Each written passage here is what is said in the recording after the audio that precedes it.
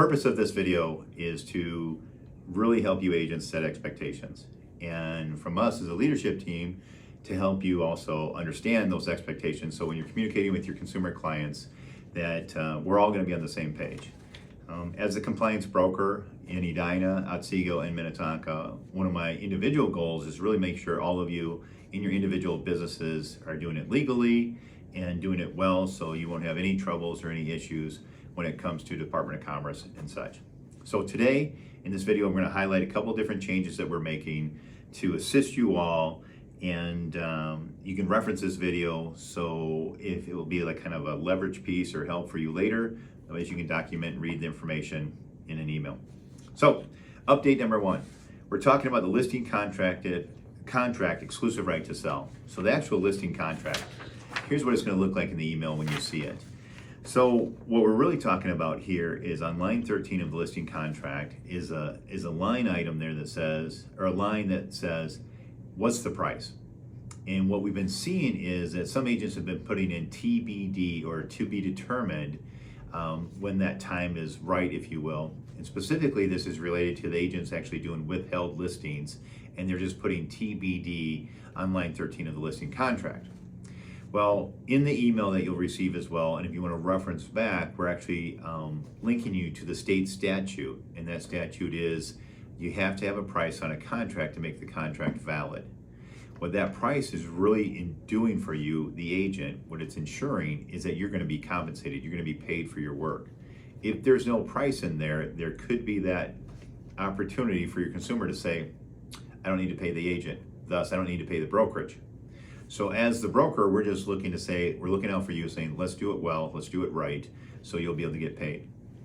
So if you happen to be one of those agents that has been putting TBD in there, our goal for you right now is, really effective immediately saying, you're no longer going to do that, you're going to put a price in there. If you don't know the price specifically, this is where you're going to have conversations with your seller. You may put in there a range. Maybe if the house is $500,000, but you don't know in the given market if it's really at $500,000, maybe it's $525,000. You might put that range in there.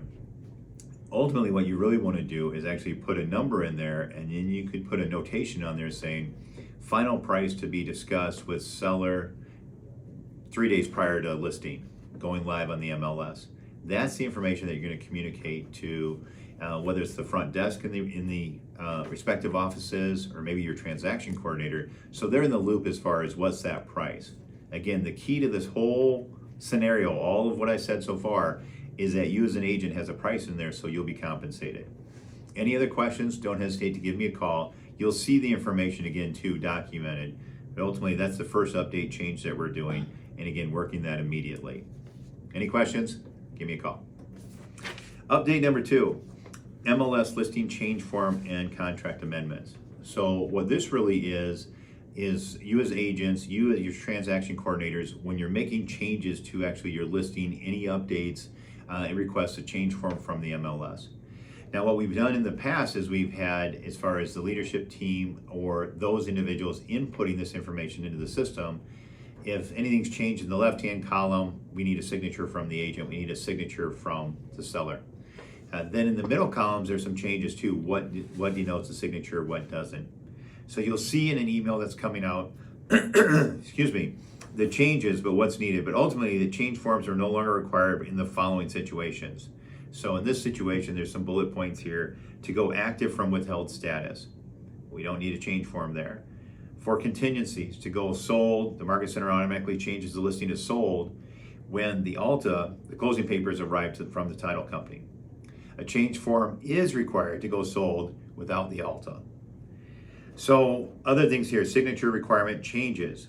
And then again, what I'm really asking you to do, and again, the purpose of this video is just to further explain the changes that we're making, and then really to offer, if you have questions, contact me, contact the leadership teams.